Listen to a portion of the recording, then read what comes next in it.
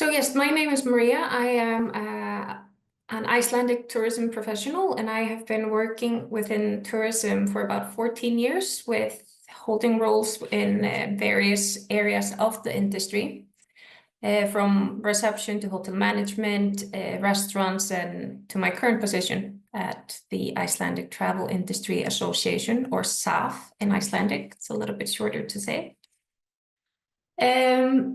So having seen the industry from so many angles, the red thread that I always see is the connection people have to it, not only between travelers and destinations or guests and hosts, but also between us that work in the industry.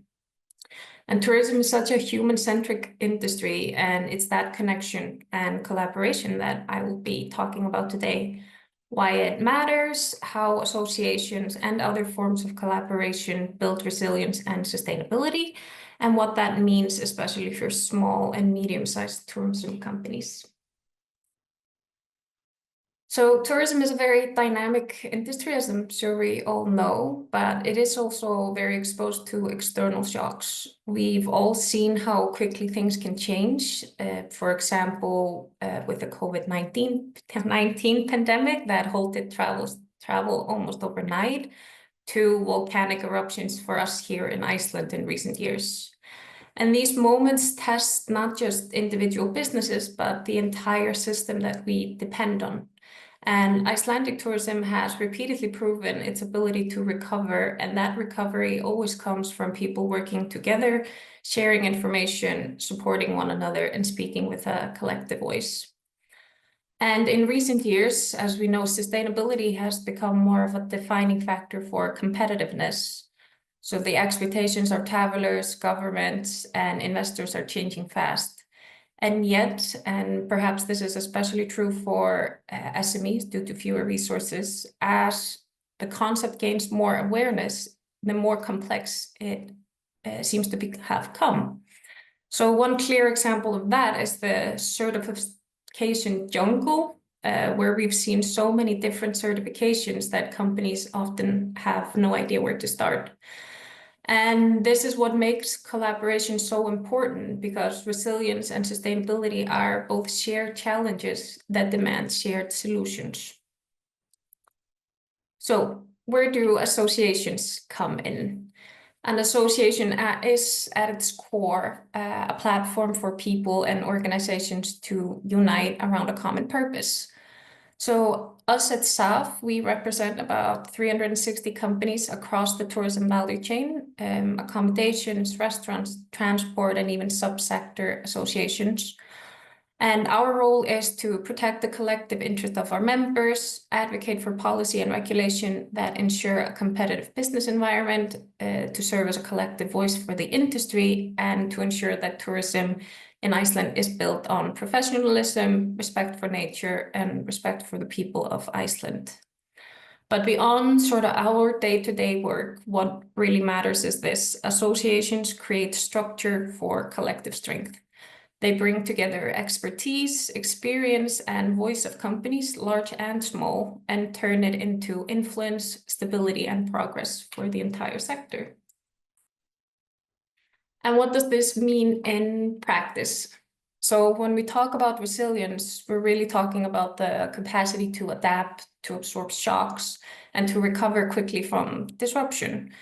Collaboration is a key element to make that possible. So I just wanted to give you a few quick examples of what we have dealt with in recent years.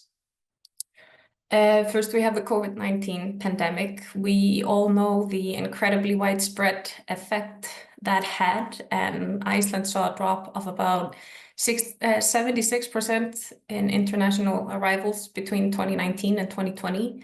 And for an economy where tourism is a pillar in the export sectors, the shock was quite immense. And yet the recovery that followed showed the strength of collaboration and the value of coordinated action. So during the crisis, SAF played a crucial role in representing the interest of tourism companies, working closely with government, the Confederation of Icelandic Enterprises, the industry itself, and other stakeholders in the tourism sphere, where the association helped shape support measures, including financial relief for operators, wage compensation schemes, and adjustments to regulations to maintain business continuity. SAF also served as an information hub, communicating changing restrictions and safety protocols to its members. So as borders gradually opened, collaboration continued to guide the recovery, and Iceland became one of the fastest recovering tourism sectors in the world. So another example of the role of collaboration when extraordinary events occur is the volcanic activity in recent years here in Iceland. But we've had 12 eruptions since 2023 in the Reykjanes Peninsula. And when these events occurred, collaboration between authorities and the tourism industry proved essential. So a joint response plan was activated to ensure coordinated communication and safety measures. Information was published and updated daily across official website and social media channels in helping visitors make informed decisions. And those are just a couple of examples of resilience in action powered by collaboration. And the same is true for sustainability. No single company can solve sustainable challenges on its own. And a great example, in my opinion, of the power of collaboration when it comes to sustainable policies is Iceland's tourism strategy until 2030 and its accompanying action plan. So in June last year, the Parliament of Iceland approved Iceland's tourism strategy titled Leading in Sustainable Development. And its overarching framework builds on 4 dimensions: economy, society, environment, and guests. And additionally, the strategy's foundation is laid with 4 pillars of coordination, knowledge, communication, and quality. And accompanying this framework is an action plan that outlined 43 actions to achieve the goals set forth in the framework. So I'm not going to go too deep into all the work that has gone into this project, but the groundwork for it can really be traced back to a 2014 collective project between the government and SAF. The whole project has some different steps. It was put on hold a bit for COVID, and then in 2022, the work began again. It was approved last year by Parliament, as I mentioned, and work is currently in progress on the actions outlined in the action plan. But over 100 people were directly involved with the creation of the strategy and the action plan, and over 1,000 people made their mark on it in some way through work groups, workshops, and consultations. Us at SAF, we were very involved in all stages of the project and still are, nominating tourism experts for expert groups, providing valuable information and knowledge to stakeholders, both in public and the private sector, and facilitating collaboration towards the goals of the strategy. And the result of this enormous collaboration is a common path and goals towards a more sustainable tourism industry that a huge network of stakeholders are in agreement about. So these are just a few quick examples of how collective strength of an association can give a stronger voice to tourism companies, and how a collective voice can help inform policymakers about the industry. For companies, and especially SMEs, collaboration is not just idealistic, it's practical.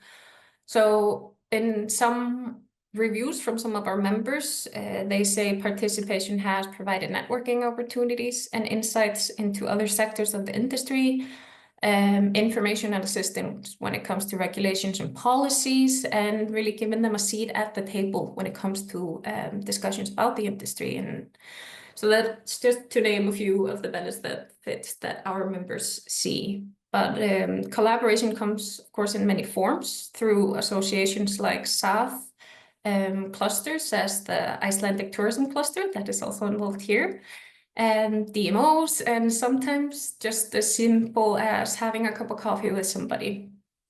And these networks may have different purposes like advocacy, innovation, regional development, but they all share one outcome. They make us stronger together. And I would say participation in these communities is not a cost, it's an investment for companies in knowledge, in influence, in sustainability, and in resilience.